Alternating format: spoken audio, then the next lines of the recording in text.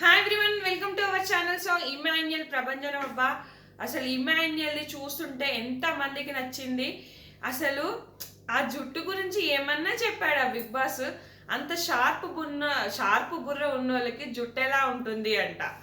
ఎంత బాగా ఫన్ యాంగిల్లో చెప్పాడబ్బా. నిజంగా ఇమాన్యుయల్ అంటే టాస్క్ అంటే ఇమాన్యుయల్, టాస్క్ల రారాజు ఇమాన్యుయల్ అప్ప. అసలు ఒక విన్నర్ రేంజ్లో ఉండేవాడు ఆ నామినేషన్లో కనుక వస్తే. ఫస్ట్ నుంచి కొంచెం ఒక రైవల్రీ మెయింటైన్ చేస్తుంటే, తనుజతోనైనా కళ్యాణ్తోనైనా ఎవరితోనో ఒక రైవల్రీ మెయింటైన్ చేసి ప్రతి వీక్ నామినేషన్లో కనుక వచ్చుంటే ఖచ్చితంగా టాప్ 1లో ఉండేవాడు. అతనికే ఉంది అర్హత మెయిన్గా. అదే చెప్తున్నా నేను. ఇమాన్యుయల్కి, కళ్యాణ్కి, డీమాన్కి, వీళ్ళ ముగ్గురికి ఖచ్చితంగా అర్హత ఉంది విన్నర్ అవ్వడానికి. కాకపోతే ఈయన మైనస్ పాయింట్ కొంచెం అక్కడక్కడ సేఫ్ గేమ్, అక్కడక్కడ నామినేషన్లోకి రాకపోవడమే.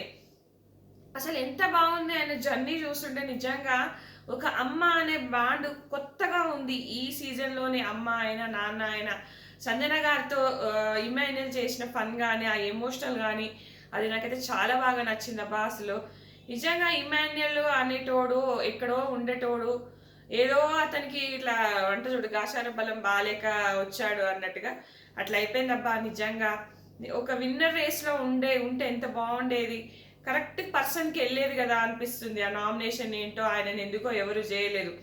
ఒక కమేడియన్ ఎప్పుడు కూడా రైవల్రీ మెయింటైన్ చేయలేడు అబ్బా. ఎందుకంటే అందరినీ కలుపుకున్నప్పుడే కదా ఫన్ అనేది వస్తుంది. ఇప్పుడు ప్రతి ఒక్కరితోనే రైవల్రీ పెట్టుకొని మాట్లాడుకోకుండా ఉంటే ఫన్ ఎలా వస్తుంది?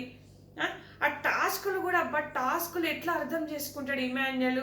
ప్రతి టాస్క్ అట్లా చూడగానే ఇట్లా మైండ్లోకి ఎక్కిపోతుంది ఆయనకి. అదే నాకు ఆశ్చర్యం అనిపిస్తుంది. మళ్ళీ అంత లావు ఉన్నా కూడా ఎంత ఫిజికల్ టాస్క్ అయినా కూడా ఇచ్చి పడేసిండు. 100%లో ఒక 90% టాస్కులు ఇచ్చి పడేశాడు ఇమాన్యుయల్ అనిపించింది నాకు. సూపర్ ప్రతిదీ అర్థం చేసుకుంటాడు. అలా సంజన మమ్మీకి ఏదైనా కూడా ఆ రోజు సీక్రెట్ టాస్క్ ఇచ్చి ఉంటారేమో, అందుకే మమ్మీకి 20 పాయింట్స్ వచ్చాయని చెప్పడం. కానీ ప్రతి దాంట్లో ఆ బుర్ర, ఆ టాలెంట్, ప్రతిదీ గెస్ట్ చేయడం కూడా ఎంత బాగా ఉంది ఆయన గేమ్ అనిపించింది నాకైతే అసలు.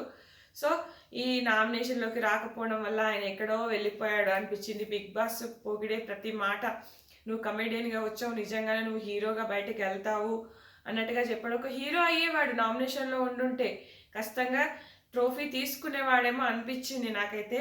పాపం అనిపిస్తుంది నాకు ఇమాన్యుయల్ చూస్తుంటే నిజంగా.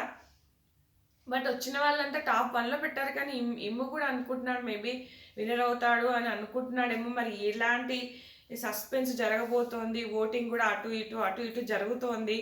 సో టాప్ 1, 2ల మధ్యలో తీవ్రమైన పోటీ, టాప్ 3, 4కి కూడా తీవ్రమైన పోటీ.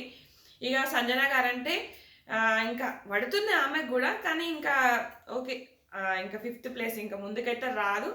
ఈ 3కి బాగా పోటీ జరుగుతుంది, ఇమాన్యుయల్కి, డీమాన్కి. సో ఖచ్చితంగా మీకు నచ్చిన వాళ్ళకి ఓట్ వేసుకోండి అబ్బా. సో ఆ ఓట్ వేసుకునేటప్పుడు ఏంది, ఎలా జరుగుతుంది అనేది కూడా ఆలోచించి వేసుకోండి. ఎందుకంటే ఇమాన్యుయల్, డీమాను విన్నర్ రేస్లో లేడు అని ఎప్పటి నుంచో అందరూ చెప్పుకొచ్చిందే. అన్అఫిషియల్ పోల్స్ కూడా అదే చెప్తున్నాయి. సో ఇప్పుడు మీరు ఏంటంటే ఆలోచించి వేయండి.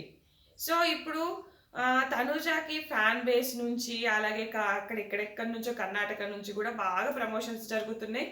సో గెలిచే ఛాన్సెస్ ఆర్ వెరీ హై.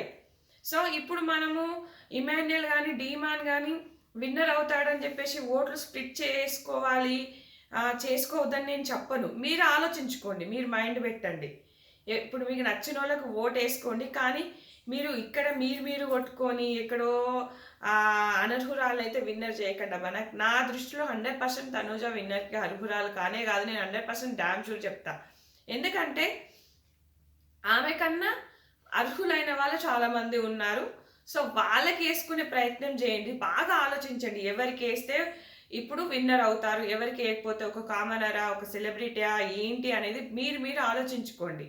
అంతే తప్ప ఇప్పుడు వీళ్ళు విన్నర్ రేస్లోకి వచ్చారు, వీళ్ళు విన్నర్ రేస్లోకి వచ్చారు, వీళ్ళకేసుకోండి, వీళ్ళకేసుకోండి అని రకరకాలుగా ఇన్ఫ్లుయెన్స్ చేస్తున్నారు మన రివ్యూవర్స్. సో మీరు ఎవరికి వేస్తే విన్నర్ రేస్లోకి వెళ్తారు, ఎవరికి వేస్తే ఇలా ఉంటుంది, కనీసం సూట్ కేసు తీసుకున్నా ఉంటాడు. ఇప్పుడు డీమాన్ ఖచ్చితంగా సూట్ కేసు తీసుకోవాలి, కళ్యాణ్ విన్నర్ అవ్వాలి అని నా అభిప్రాయం. కళ్యాణ్ ఆర్ ఇమాన్యుయల్, వీళ్ళు ముగ్గురులో ఎవరు విన్నర్ అయినా నాకు ఓకే.